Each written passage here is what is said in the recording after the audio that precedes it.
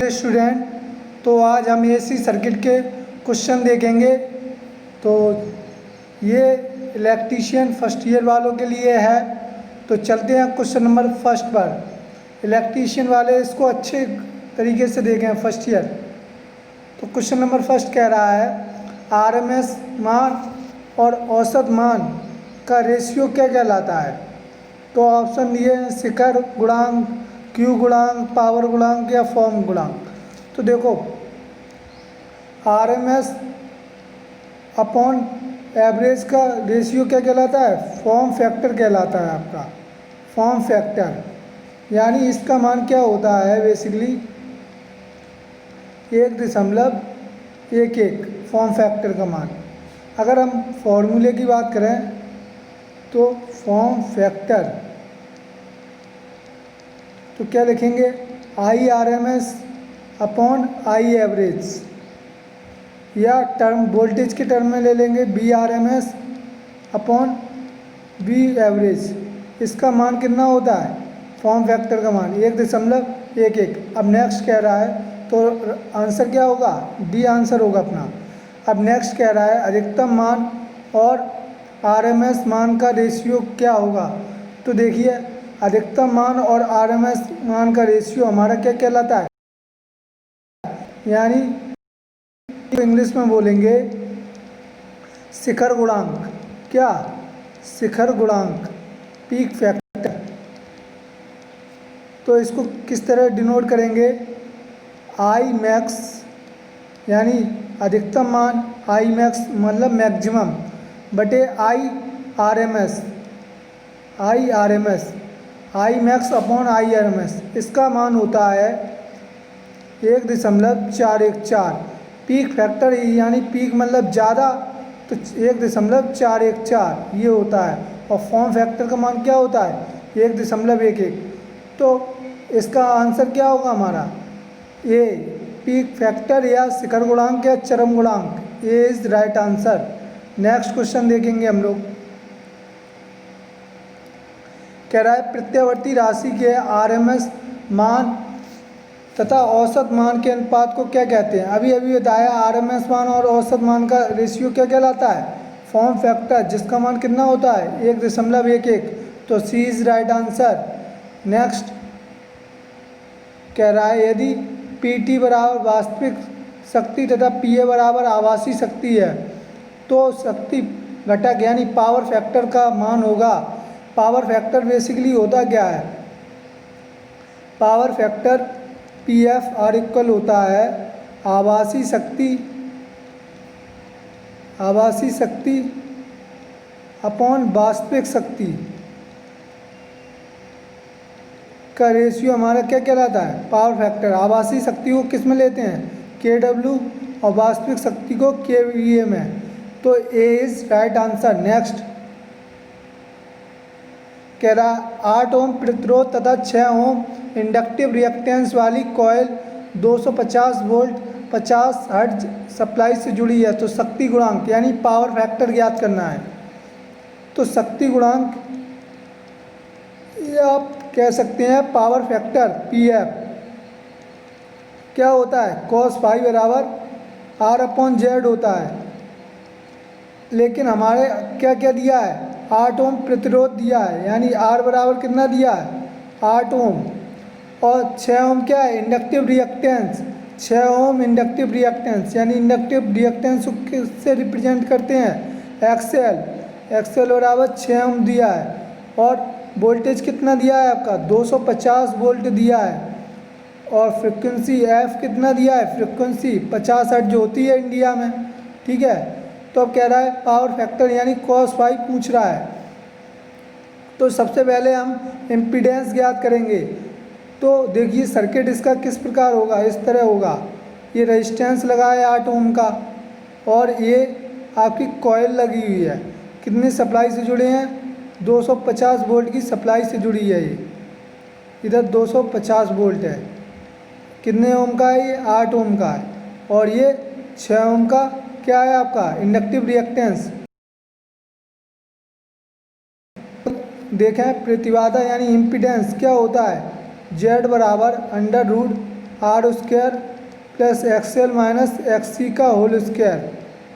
तो देखिए यहाँ पे क्या है, आर स्क्वायर कितना दिया है आपको, आर स्क्वायर का मान 8 दिया है ना, तो 8 का स्क्वायर प्लस एक्सएल, एक्सएल यानी इंडक्टिव रिएक्टेंस, इंडक्टिव मतलब कॉयल है ना, उसका रिएक्टेंस कितना है 6 माइनस, और एक्सी यानी कैपेसिटिव रिएक्टेंस कितना है 0, दिया नहीं है तो 0 मान लेंगे।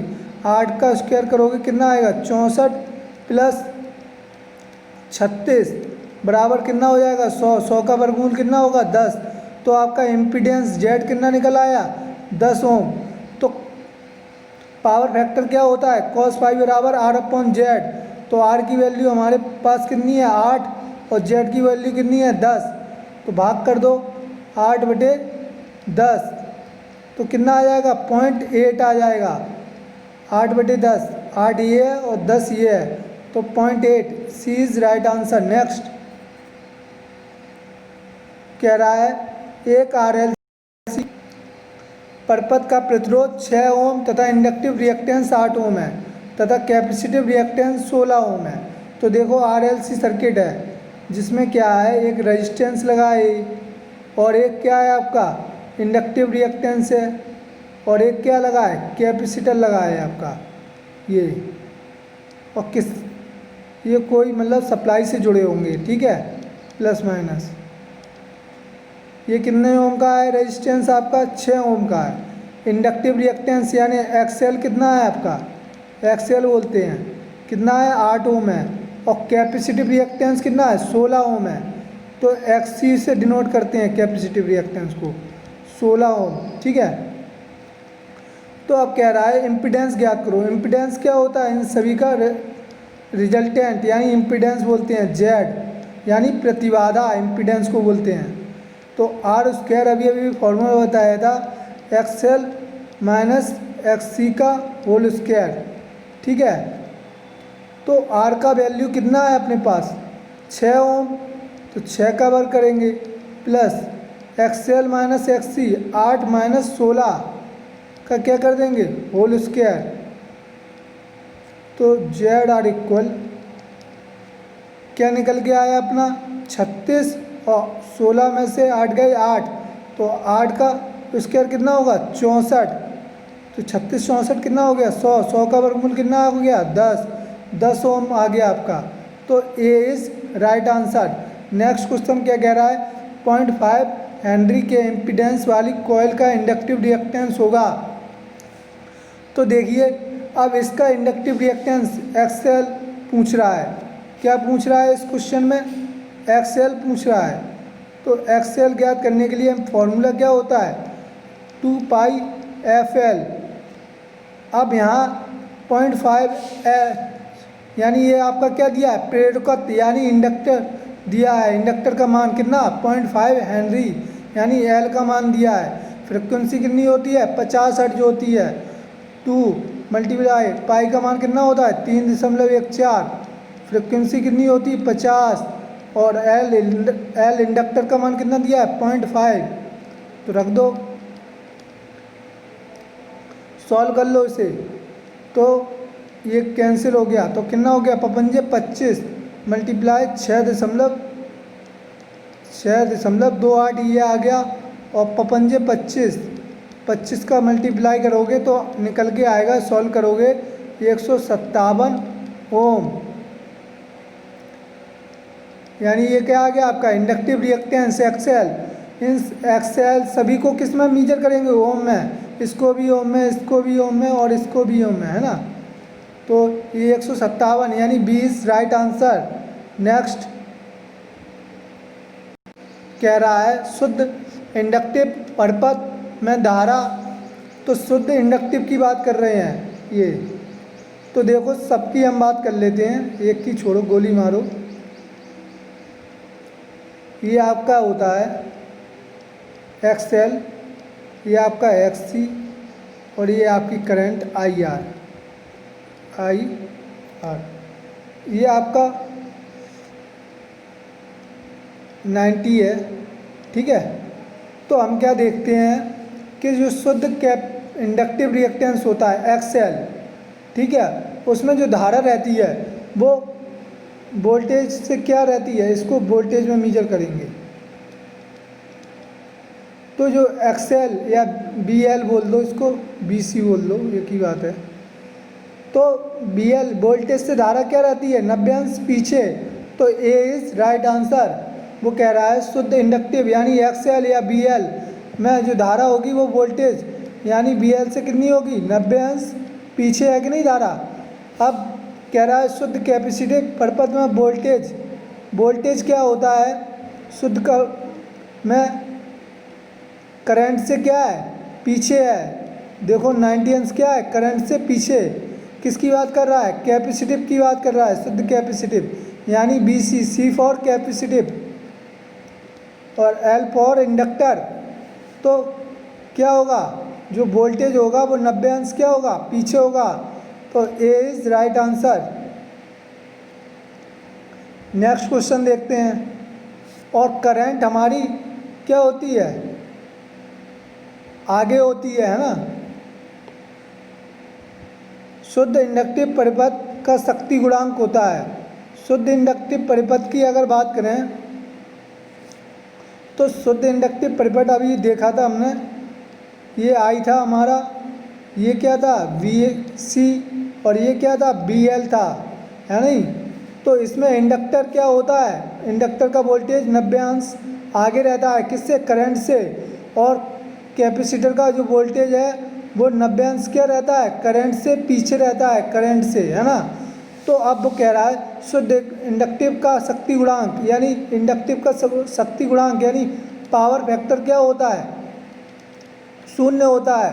और कैपेसिटिव का भी पावर फैक्टर क्या होता है, 0 होता है। सेकंड वाले में कह रहा है शुद्ध कैपेसिटिव का पावर फैक्टर, इसका भी 0 होगा, इसका भी। A is right answer. But जो शुद्ध रेजिस्टिव होता है यानी R, उसका पावर फैक्टर क्या होता है, उसका पावर फैक्टर 1 होता है। यानी शुद्ध इंडक्टिव का कितना होगा पावर फैक्टर, 0। शुद्ध कैपेसिटिव का क्या होगा पावर फैक्टर, 0। और जो शुद्ध रेजिस्टिव होगा उसका पावर फैक्टर 1 होता है। नेक्स्ट क्वेश्चन कह रहा है AC को आसानी से बढ़ाया या घटाया जा सकता है, किससे घटाते बढ़ाते हैं हम लोग, ट्रांसफार्मर से AC को, है ना। ट्रांसफार्मर बेसिकली क्या करता है, हाई वोल्टेज को लो वोल्टेज में, लो वोल्टेज को हाई में, कभी ये शक्ति को नहीं बढ़ाता है, ठीक है, ये याद रखना। और ट्रांसफार्मर किस पे वर्क करता है, अन्योन प्रेरक पर यानी म्यूचुअल इंडक्टेंस पे, फैराडे के म्यूचुअल इंडक्टेंस पे वर्क करता है ट्रांसफार्मर, ठीक है। तो सी इज राइट आंसर। कह रहा है शुद्ध प्रतिरोधी परिपथ का शक्ति गुणांक होता है, अभी अभी बताया था, जो एक्सएल यानी शुद्ध इंडक्टिव रहता है सर्किट, उसका पावर फैक्टर क्या होता है, 0। और जो शुद्ध कैपेसिटिव यानी इंडक्टिव का क्या था हमारा पावर फैक्टर, 0। और कैपेसिटिव रिएक्टेंस का पावर फैक्टर क्या होगा, 0। जो शुद्ध रेजिस्टिव होगा प्योर रेजिस्टिव सर्किट, उसका पावर फैक्टर क्या होगा, 1। तो इसमें क्या है, इकाई, D is right answer. Next कह रहा है जब एक्रिय सप्लाई जिसका चर मान कितना हो, 100 वोल्ट है तो आरएमएस मान होगा, कोई घबराने की बात नहीं है। आरएमएस मान पूछ रहा है, क्या मान पूछ रहा है, आरएमएस मान। तो चर मान यानी मैक्सिमम वैल्यू दी है उसने, मैक्सिमम वैल्यू कितनी दी है, आई मैक्स का मान दिया है उसने 100 वोल्ट। तो हम जानते हैं आई मैक्स बराबर होता है √2 IRMS। तो IRMS का मान पूछ रहा है, तो IRMS का मान क्या हो जाएगा, √2 इधर चला जाएगा, तो आई मैक्स बटे √2। तो आई मैक्स का मान कितना दिया है, 100 रख दिया, 100 बटे √2, ये होगा आपका, ए इज राइट आंसर। नेक्स्ट कह रहा है जब व्यक्ति धारा को I sin 314t द्वारा व्यक्त किया जाता है तो आवृत्ति ज्ञात कीजिए। तो देखिए समीकरण हमारा क्या दिया है, आई बराबर 70 साइन 314 टी।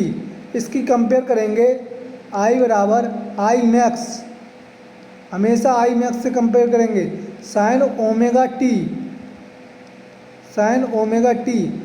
तो ओमेगा बराबर कितना है 314 और आई मैक्स बराबर कितना है 70 एम्पियर। ठीक है, ये याद रखना 70 एम्पियर क्या आ गई, करंट आ गई, मैक्सिमम करंट कितनी आ गई इसकी 70 एम्पियर। लेकिन वो फ्रिक्वेंसी पूछ रहा है ओमेगा, ओमेगा बराबर क्या होता है 2 पाई एफ, यानी फॉर्मूला होता है। अब ओमेगा का मान कितना दिया है 314 दिया है, 2 पाई एफ, एफ की वैल्यू कितनी होती है इंडिया में 50 हर्ट्ज, लेकिन बट वो फ्रिक्वेंसी पूछ रहा है तो हमें फ्रिक्वेंसी एफ ज्ञात करनी है तो एफ निकालेंगे, है ना।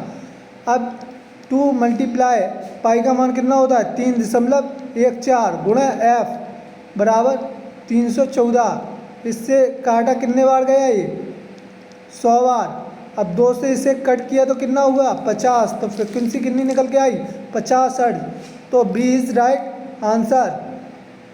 कहने का मतलब 3.14 से 314 क्रॉस किया तो 100 बार और फिर 2 से 100 क्रॉस किया तो 50 बार, तो फ्रिक्वेंसी कितनी आ गई 50 हर्ट्ज। नेक्स्ट क्वेश्चन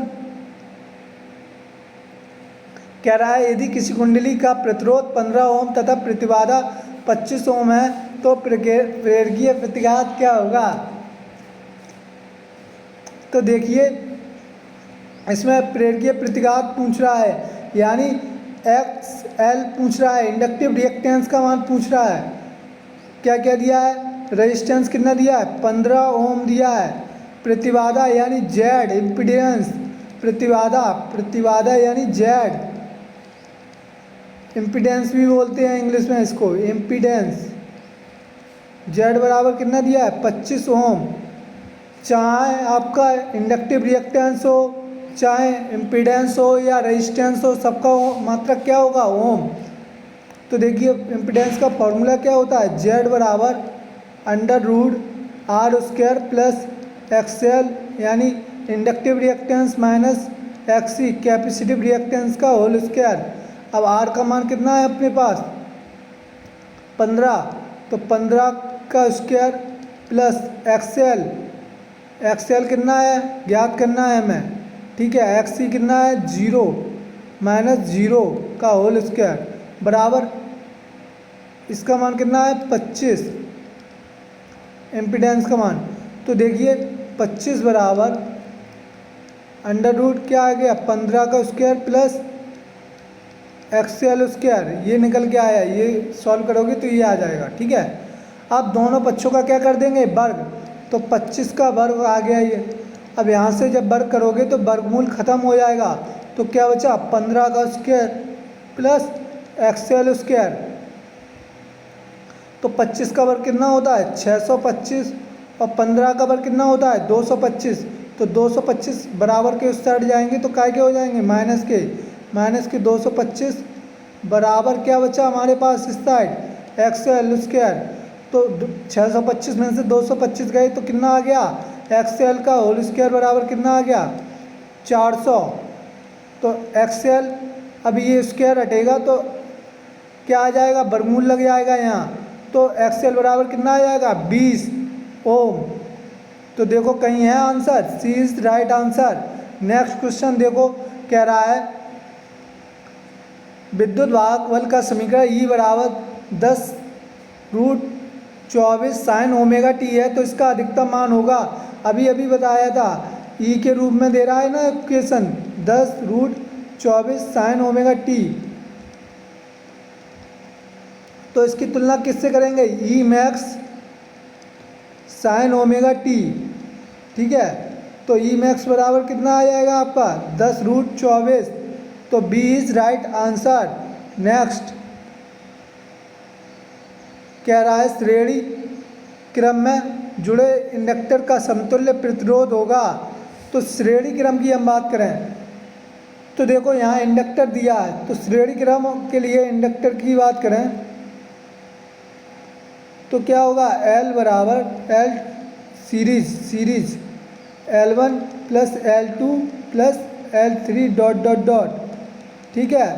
इसी प्रकार रेजिस्टेंस होता है सीरीज में R1 plus R2 plus R3 dot dot dot. अगर समांतर क्रम की बात करें हम, समांतर क्रम में यानी पैरेलल की, तो L1/LP बराबर क्या हो जाएगा 1/L1 plus 1/L2 plus 1/L3 dot dot dot. अगर रेजिस्टेंस की बात करें तो 1/RP यानी पैरेलल बराबर 1/R1 plus 1/R2 plus 1/R3, इस तरह चलते जाएंगे, ठीक है। नेक्स्ट क्वेश्चन देखते हैं। तो अपना आंसर क्या होगा, अपना ए इज राइट आंसर। नेक्स्ट कह रहा है धारा को डीसी कहा जाता है। एसी और डीसी की बात करें हम पहले तो समझते हैं। एसी मतलब अल्टरनेटिंग करंट यानी प्रत्यावर्ती धारा, डीसी मतलब डायरेक्ट करंट यानी दृष्ट धारा। तो देखो एसी की फ्रिक्वेंसी कितनी होती है 50 हर्ट्ज, डीसी की फ्रिक्वेंसी कितनी होती है 0 हर्ट्ज, ठीक है। अब एसी क्या होती है, ये समय के साथ चेंज होती है। मान लो ये प्लस है ये माइनस है तो ये इस तरह चलेगी, ठीक है। उसका परिमाण और दिशा दोनों चेंज होती है। किसका, एसी का। देखो परिमाण क्या है प्लस माइनस है ना, और दिशा भी चेंज हो रही है। बट डीसी केवल एक ही परिमाण में चलेगी, या तो प्लस में और या माइनस में चलेगी डीसी, ठीक है। बात समझ में आ गई कि डीसी हमारा किस में चलेगा, या तो प्लस में या माइनस में। इसका दिशा चेंज नहीं होगा तो एक ही परिमाण में चलती है, मान समय के साथ समान रहता है। D is right answer. Next कह रहा है प्राय सभी वैद्युतिक मापक यंत्र एसी के किस मान को निर्धारित करते हैं, तो आरएमएस को निर्धारित करते हैं। हमने क्या देखा था, फॉर्म फैक्टर बराबर क्या होता है, फॉर्म फैक्टर बराबर होता है IRMS बटे I एवरेज, ठीक है। इसका फॉर्म फैक्टर का मान कितना होता है 1.11, और पीक फैक्टर अपना क्या होता है, पीक फैक्टर R इक्वल होता है I मैक्स, यानी पीक मतलब शिखर, शिखर मतलब अधिकतम, I मैक्स बटे IRMS। इसका मान कितना होता है 1.414। तो वो कह रहा है विद्युत मापक यंत्र एसी के मान को निर्धारित करते हैं तो आरएमएस वाले, है ना। नेक्स्ट कह रहा है गणनाएं आदि में एसी का कौन सा मान लिया जाता है, तो गणनाओं में क्या लिया जाता है एवरेज मान। एवरेज के टर्म में देखें तो एक फॉर्मूला होता है IRMS बराबर 0.707 I मैक्स। ये कैसे याद आए, देखो जब आप देखते होगे IRMS बराबर क्या होता है I मैक्स अपॉन √2 का भाग दोगे तो कितना आएगा 0.707 मैक्स। अगर एवरेज के टर्म में डिनोट करें I एवरेज बराबर तो 0.606 I मैक्स। ये दोनों किसके टर्म में है, मैक्सिमम के टर्म में है। यहाँ से वर्ग मूल्य मान आ जाएगा और यहाँ से एवरेज मान मतलब औसत मान धारा का। तो आपका राइट आंसर क्या है ए। नेक्स्ट, तो आई होप आपको ये वीडियो समझ में आ गया होगा। तो इस वीडियो को लाइक सब्सक्राइब और शेयर करना ना भूलें यार, इतनी मेहनत से बनाता हूँ तो लाइक कर दिया करो। धन्यवाद।